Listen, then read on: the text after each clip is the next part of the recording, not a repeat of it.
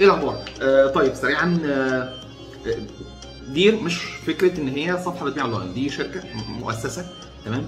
بنبنيها على اسس معينه احنا هنتكلم عليها دلوقتي، اللي هو سياسه العميل. العميل هياخد حقه تالت ومتلت، وهتكلم على نقاط سريعه اي حد في الاونلاين بيبقى قلقان منها. اولا، دير بتقدم منتج هي ضامناه، منتج مقابل قيمه مناسبه ليه، ودي الحاجه اللي بيقلق منها ناس كتير جدا، اللي هو فكره ان انا هشتري اونلاين وهيضحك عليا او يطلع المنتج يا باشا اي كلام. لا، احنا يهمنا ان الشخص اللي يشتري مننا مره يشتري مننا مرتين وثلاثه واربعه وعشره، نفضل احنا دايما اللي في ذاكرته، واحنا دايما اللي مرتبط بينا، واحنا دايما اللي لما بيقول انا هشتري يدخل يشتري من عندنا. فاكيد احنا مش هنبص لفكره ان احنا ناخد كوميشن او ان احنا ناخد مكسب على الحاجه اللي بنبيعها بدون ما نبني ثقه قويه جدا جدا مع العميل، لان احنا من مصلحتنا ان هو يشتري مننا مره واثنين وثلاثه واربعه. فاحنا كده بنقدم منتج مقابل قيمه مناسبه للمنتج، منتج محترم يعيش معاك بجوده كويسه، وبنتحرى على قد ما نقدر، بنتحرى بكل الطرق بالشكل اللي يخلينا نضمن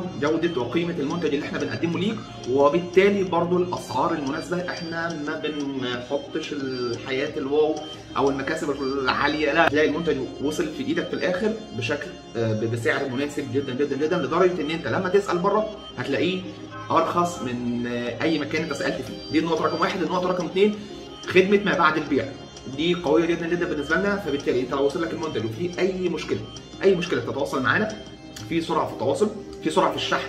الشركه او الشركات اللي احنا بنتعامل معاها في الشحن السريعه جدا جدا، فمش يا باشا خلال 48 ساعه بكتير ان شاء الله، بس لو انت مكان بعيد ممكن خلال 72 ساعه. يعني الناس اللي من اسوان او اللي هي متطرفه شويه ممكن خلال 72 ساعه يوصل لك المنتج، ولكن الاماكن القريبه خلال 24 ساعه 48 ساعه بكتير المنتج بيكون عندك. ولو في اي مشكله، تمام، المنتج بتاعنا. لو في اي مشكله في المنتج انت تقدر تعاين، ولو ما عينتش والمنتج فيه اي مشكله المنتج بتاعنا.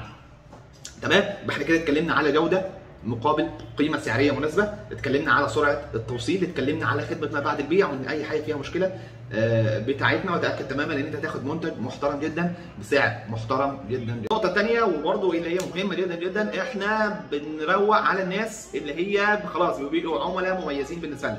يعني الشخص اللي بيشتري مني مره واثنين وثلاثه واربعه، اكيد انا مش هتعامل معاه زي الشخص اللي بيشتري مني مره وخلاص، لا، الشخص اللي هو بيستمر في التعامل معايا يا باشا، انا بقدم لك اوفرز وبقدم لك عروض قويه جدا جدا تكون في صالحك رقم واحد. زي مثلا الاوفر او العرض اللي شغال الفتره دي، ان هو اعلى عميل او اعلى شخص بشكل عام سواء مسوق او عميل هيسحب منتجات من الشركه، تمام، خلال شهر يناير هيرجع له 40% كاش باك. يعني لو انت سحبت ليك ولاخواتك ولاصحابك وسحبت منتجات يا باشا ليك مثلا بقيمه مثلا 10000 جنيه مثلا هيرجع لك 4000 جنيه كاش باك في اخر شهر يناير، لو انت اعلى حد سحب اوردرات او سحب منتجات من الشركه. النقطه الثانيه ودي برضو اللي مهمه جدا، ان احنا بنتيح ليك ان انت تتحول من عميل لمسوق، يعني تقدر تشاركنا في الارباح وتكسب معانا. لو سوقت للمنتجات بتاعتنا تقدر كمان تشاركنا في الارباح بتاعتنا، وبشكل كويس جدا او بنسبه يعني محترمه جدا. بتوصل في بعض الاوقات ان انت ممكن تكون اكتر مني، يعني انت ممكن تكون واخد في سعر المنتج 60% من توتال المكسب، انا واخد 40%. تمام؟ النقطة الثانية برضو الشحن. في ناس كتيرة جدا اشتكت من الشحن، من أسعار الشحن. احنا على قد ما نقدر مخفضين او منزلين سعر الشحن، واحنا اللي متحملين الفرق، لدرجة والله ان في اماكن سعر الشحن فيها عالي. انا عايز اقول لك ان احنا متحملين حوالي 60% من تكلفة الشحن. احنا متحملين مثلا تكلفة 60% من تكلفه الشحن لحد المنتج ما يوصل لك، في سبيل ان انت ما تحسبهاش ان انت الشحن بالنسبه لك هو فلوس بتترمي في الارض، فلا انا هدفع فلوس في المنتج وسعر الشحن ما يكونش عالي. فالنقطه دي درسناها وقدمنا الحلول اللي نقدر عليها في النقطه دي.